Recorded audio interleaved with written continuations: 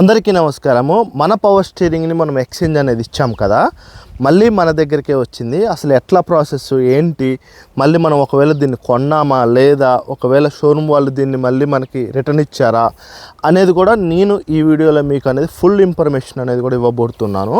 అందరూ కూడా మన వీడియో చూస్తున్నారు కానీ ఎవరు కూడా లైక్ చేయట్లేదు. దయచేసి మన వీడియో చూస్తున్న ప్రతి ఒక్కరు కూడా లైక్ చేసి, షేర్ చేసి, సబ్స్క్రైబ్ చేసి, పక్కన ఉన్న బెల్ బటన్ మాత్రం ప్రెస్ చేసి ఆల్లో పెట్టుకోవడం మర్చిపోమాకండి.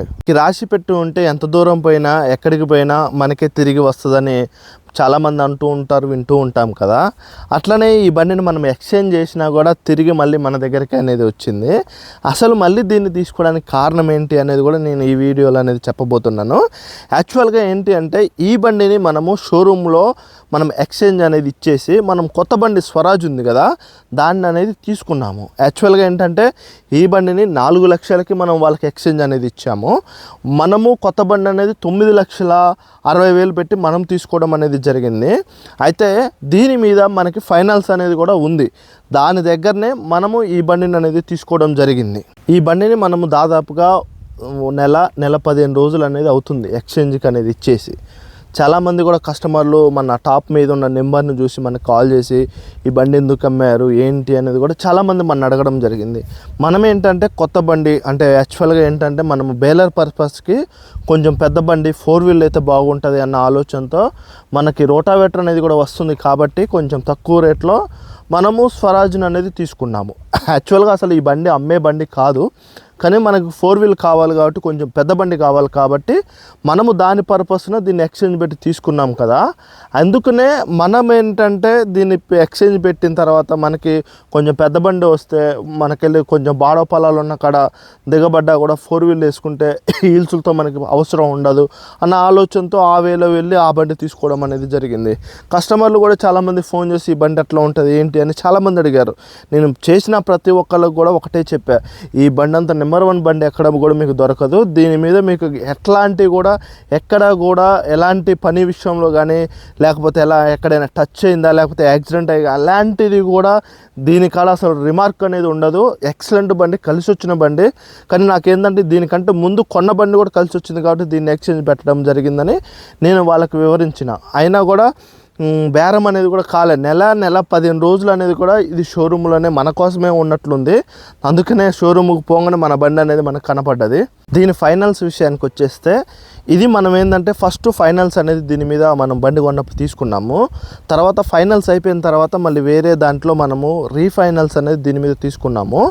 అయితే మనకి దాదాపుగా దీని మీద ఈఎంఐ తీసుకొని ఒక 2 ఈఎంఐలు అనేది అయిపోయినాయి. అంటే దాదాపు ఒక 8 ఈఎంఐల్లో ఒక 2 ఈఎంఐలు అనేది అయిపోయినాయి. ఇంకా మనకి 8 ఈఎంఐలు అనేది కూడా దీని మీద ఉన్నాయి. యాక్చువల్గా ఏంటంటే దీని మీద మనకి ఫైనల్స్ వచ్చేసి 3,57,000 చిల్లర అనేది మనకి దీని మీద ఫైనల్స్ అనేది ఉంది.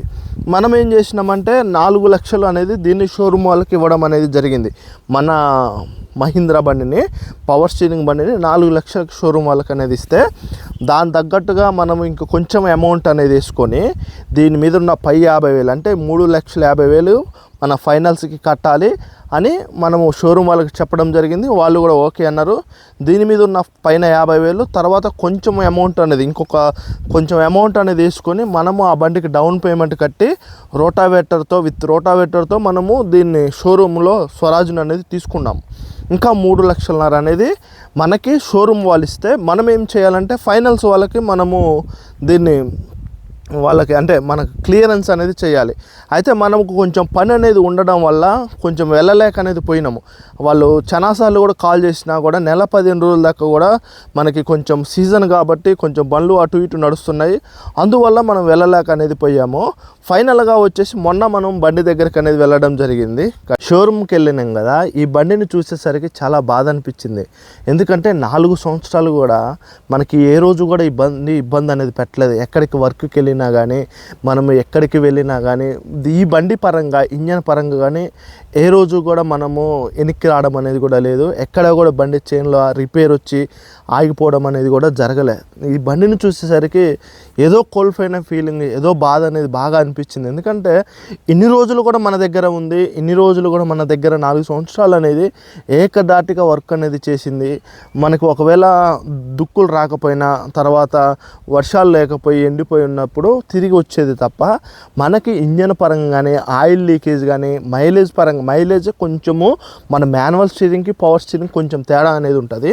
కానీ బండి మాత్రం ఎక్సలెంట్ బండి. చాలా బాధ అనిపించింది. ఎందుకంటే ఇన్ని రోజులు మన దగ్గర ఉన్న బండి ఒక్కసారే మనం అమ్మి అది మళ్ళీ మనకు అవపడేసరికి నాకు ఎంతో బాధ అనిపించింది. అందుకే నేను ఒక రీల్ అనేది కూడా మన యూట్యూబ్లో అనేది కూడా పెట్టడం జరిగింది. అయినా కూడా ఈ బండిని చూసేసరికి నేను అసలు వాళ్ళు కూడా షోరూమ్ వాళ్ళు అన్నారు, సార్ ఈ బండి చాలామంది వస్తున్నారు చూస్తున్నారు కానీ అసలు చాలా తక్కువ రేటుకి అడుగుతున్నారు, అదేవిధంగా మేము కూడా అసలు మంచి రేటు ఇవ్వాలని ఆగుతున్నాము, బండి వచ్చి నెల అయింది అయినా కూడా మనకి ఇంకా దీని మీద ఇంకా వాళ్ళు చాలా తక్కువ రేటుకి అడుగుతున్నారని మనతో చెప్పడంతో అసలు బండి ఎంత కాస్ట్కి ఇస్తారు. ఎందుకంటే ఇప్పుడు నాకు ఆల్రెడీ నా పేరు మీద ఫైనల్స్ అయ్యి ఉన్నది కాబట్టి నాకు అంత పెద్ద ప్రాబ్లం లేదు, నేను కంటిన్యూషన్ ఫైనల్ చేసుకుంటా. అసలు బండి నాకు ఎంతకి ఇస్తారు అంటే వాళ్ళు అన్నారు కదా 380కి, అంటే 3,80,000కి ఈ బండి నీకు ఇస్తాము ఫైనల్ రేట్ సార్ అన్నారు. అయితే నేనన్నా కదా ఫైనల్ రేట్ అయితే నేను ఆ రేట్ అయితే తీసుకోలేవను, ఆల్రెడీ నాకు 3 బండ్లు ఉన్నాయి. ఇప్పుడు దీన్ని కూడా నేను కొన్ని రోజుల తర్వాత మళ్ళీ దీన్ని కూడా నేను మళ్ళీ అమ్మడమో చేయడమో అని నేను వాళ్ళని రిక్వెస్ట్ చేస్తే వాళ్ళు కూడా పాపం మనం చెప్పిన మాటకి సహకరించారు. 3,20,000కి మళ్ళీ రిటర్న్ మనము ఈ బండిని అనేది తీసుకున్నాము. అంటే మనకి ఇంకా వాళ్ళ దగ్గర మనకు 25,000 అనేది వస్తాయి. అయితే యాక్చువల్గా ఏంటంటే నేను కొంచెం రోటావేటర్కి వాళ్ళకి ఒక 50,000 ఇవ్వాలి షోరూమ్ వాళ్ళకి. అయితే ఏం చేశానంటే నేనే ఇంకో 25,000 కలిపి ఈ బండిని అనేది వాళ్ళకి అంటే అమౌంట్ కట్టేసి ఈ బండిని అనేది మనము నిన్న మన గ్రామానికి అంటే మన ఇంటికి అనేది తీసుకొచ్చాము. చూశారు కదా, మనకి రాసి పెట్టి ఉంటే ఎక్కడికి పోయినా తిరిగి మన దగ్గరికే వస్తుంది. ఇది చూడండి, మన దగ్గర ఉన్నప్పుడైతే ఇది అసలు పగల్లే ఎక్సలెంట్గా అనేది ఉంది మొత్తం కూడా. మరి ఎందుకో మరి వాళ్ళు పగలగొట్టారో, మరి బయట ఎవరైనా చూడడానికి వచ్చిన వాళ్ళు పగలగొట్టారో తెలియదు. కానీ చూడండి బండిని ఎట్లా చేశారు, ఇదంతా కూడా మొత్తం ఇప్పి అసలు ఈ బేరింగ్ కూడా పోగొట్టారు. అసలు ఈ బేరింగ్ మన దగ్గర పోలే, అసలు దీని టైర్ మొత్తం అసలు బేరింగ్ ఊగుతుంది, బండి నడుస్తుంటే ఇట్లా షేప్ అవుట్ అనేది అవుతుంది. అసలు మొత్తం కూడా ఊడిపోయేసరికి బండిని చూస్తే ఒక్కసారి బాధ అనిపించింది. ఒక్కసారి ఇట్లా ఈ పైపు కూడా చూడండి, ఈ పైపును కూడా నేను మీకు చూపిస్తా. చూడండి ఎట్లా ఓడబీకారు. అసలు ఎట్లా ఉన్నది అట్లా ఉంచే కాడికి ఎందుకు ఓడబీకాలి అసలు? సరే ఓడబీకిన వాళ్ళు మళ్ళీ పెట్టాలా? చూడండి ఎట్లా ఉంచారు. వాళ్ళది కాదు కదా బండి అన్నట్లుగా షోరూమ్ వాళ్ళు అట్లా చేశారు. చూడండి మనకి ఇక్కడ ఆయిల్ అనేది కూడా అప్పటి నుంచి కూడా కొంచెం లీక్ అనేది అవుతుంది. నేను అనుకున్నా కదా బండిని బొమ్మని చేసినట్టు చేసి అమ్ముతారు అనుకుంటే ఎక్కడిదెక్కడనే పెట్టారు. చూడండి ఎట్లా ఉంది బండి. మడ్గర్ రేకులు చూడండి ఎట్లా ఊగుతున్నాయో. ఇది మన దగ్గరనే ఊగుతున్నాయి. యాక్చువల్గా ఏంటంటే మనం అమ్మే రోజు నుంచి కొంచెం ఊగుతున్నాయి, ఇంకా అది అంతే ఉంచారు. వీళ్ళు ఏంటంటే మనది కాదు అన్నట్లుగా బండిని అయితే ఎట్లా మనం అవి ఇచ్చినామో అట్లనే ఉంది. గింత మాడిఫికేషన్ కానీ గింత రిపేర్ కానీ మరి నాకు తెలిసి అసలు డీజిల్ కూడా పోసారో లేదో తెలియదులే, కానీ అసలు ఎట్లా ఉన్న బండిని అట్లనే ఉంచారు. అసలు ఈ బండిని చూసేసరికి నాకు మనసు అనేది ఆగలే. మనం ఇచ్చిన టైర్లే ఉంచారు, ఎంఆర్ఎఫ్ ఎక్స్ట్రా బటను. చూడండి టైర్స్ అయితే అవే, కొంచెం ఫ్రంట్ టైర్స్ అయితే కొంచెం అరిగినాయి. నాకు తెలిసి ఈ సీజన్ నడుస్తాయి, నెక్స్ట్ సీజన్ అనేది కూడా మార్చాలి. చూడండి మన బండి అయితే అవుట్లుక్ ఇలా అనేది ఉంది, ఈ విధంగా అనేది ఉంది. కొంచెం దీనికి మనకి ఖర్చు అనేది కూడా కొంచెం అనేది అవుతుంది. ఎందుకంటే ఇప్పుడు చిన్న చిన్న రిపేర్స్ అనేది కూడా ఉన్నాయి కదా, చిన్న రిపేర్స్ అనేది కూడా దీనికి చేయించాలా. తర్వాత మళ్ళీ మనకి మడ్గర్ రేకులు అనేది కూడా టైట్ చేయించాలా. తర్వాత మళ్ళీ మనం ఆ లీకేజ్లు ఉన్నాయి కదా వాటన్నిటికి కూడా మనం ప్యాకింగ్ అనేది చేయించాలా.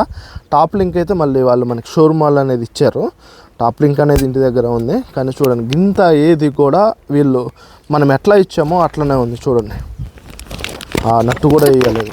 ఈ లైట్ అనేది కూడా మనం మార్చాలి. దీన్ని మళ్ళీ మనము బొమ్మగా అంటే దీన్ని మంచిగా ఏ రిపేర్ లేకుండా చేయాలంటే దాదాపుగా మనకు ఒక 25,000 నుంచి 30,000 వరకు ఖర్చు అనేది వస్తుంది. ఆయిల్ మార్చాలి అన్ని టోటల్గా. అసలు బండికి గింత కూడా మనము దాదాపుగా ఒక్క రూపాయి కూడా పెట్టకుండా బొమ్మను చేయాలి అనుకుంటే మాత్రం దాదాపుగా 25,000 నుంచి 30,000 వరకు అవుతాయి. ఈ 2-3 రోజుల్లో కూడా షోరూమ్కి అనేది తీసుకువెళ్ళి మైనర్ రిపేర్స్ అనేది కూడా చేపించాలి. మొత్తం కూడా టోటల్ చేపిస్తా. మళ్ళీ ఏమీ లేకుండా మళ్ళీ మన పాత బండి ఏ విధంగా ఉందో ఆ విధంగా ఈ బండిని మాత్రం చేయాలి. టాపును కూడా మారవాలి, ఎందుకంటే మొత్తం కూడా అక్కడక్కడ గుంటలు పడ్డది, మొత్తం కూడా తెగింది, దాన్ని కూడా మార్చాలి. ఎట్టకేలకైతే మన బండి మన దగ్గరికి అయితే వచ్చింది. ఇక దీన్ని మనం రిపేర్ అనేది చేయించిన తర్వాత దీనికి మళ్ళీ ఎట్లా మనం ఎంత కాస్ట్ పడ్డది అనేది కూడా నేను మీకు ఒక వీడియో అనేది కూడా తీస్తాను. ఎందుకంటే మనకి ఖర్చు అనేది కూడా ఎంత వచ్చింది అనేది కూడా నేను అనేది చెప్తాను. ఇప్పుడు మన గ్యారేజ్లో వచ్చేసి 4 బండ్లు అనేది ఉన్నాయి. 2 మహీంద్రా 415, ఒకటి మహీంద్రా 475 టెక్ ప్లస్, ఒకటి వచ్చేసి స్వరాజు. ఒకవేళ ఈ 4 బండ్లు కలిపి కూడా అసలు మొత్తం కూడా ఒక ఫుల్ వీడియో చేయమన్నా కూడా కామెంట్ బాక్స్లో కామెంట్ చేయండి, కంపల్సరీగా అనేది చేస్తాను. ఒకవేళ ఈ బండి గురించి ఇంకా ఏమన్నా డౌట్స్ అనేది ఉంటే మాత్రం కామెంట్ చేయండి. వీడియో మీకు నచ్చిందని అనుకుంటున్నాను. ఇంకా ఇలాంటి వీడియోస్ కోసం మన ఛానల్ని సబ్స్క్రైబ్ చేయండి. పక్కన ఉన్న బెల్ బటన్ మాత్రం ప్రెస్ చేసి ఆల్లో పెట్టుకోవడం మర్చిపోమాకండి. ఈ వీడియోని ప్రతి ఒక్కరికి కూడా షేర్ చేస్తారని మనస్ఫూర్తిగా కోరుకుంటున్నాను.